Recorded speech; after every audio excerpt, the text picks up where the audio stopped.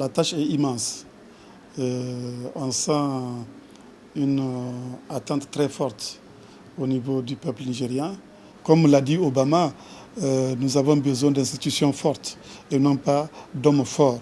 Et notre objectif, c'est de faire en sorte que le Niger puisse être doté d'institutions très fortes, d'institutions capables de servir les Nigériens et non de servir une minorité. Le dossier des emplois des jeunes est un dossier très important pour nous. La population du Niger est une population très jeune.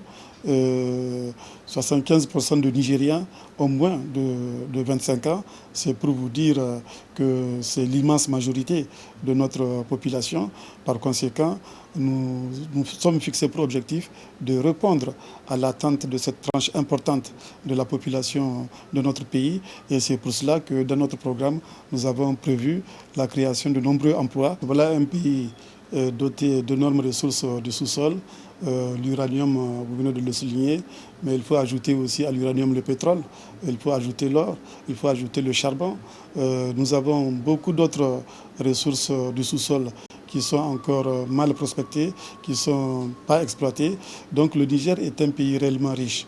Alors, j'ai coutume de dire d'ailleurs que le Niger n'est pas un pays pauvre, mais que le Niger est un pays mal géré. Je prends la menace de l'AQMI au sérieux et nous ferons en sorte que le Niger soit en situation de pouvoir répondre à cette menace. Mais vous savez, les menaces sont devenues maintenant mondiales. Donc à menace mondiale, il faut des réponses mondiales. Au-delà du Niger, il faut renforcer la coopération entre pays de la zone du Sahara pour faire face à cette menace. Et au-delà des pays du Sahara, il faut également coopérer avec tous les pays qui sont engagés dans la lutte contre le terrorisme.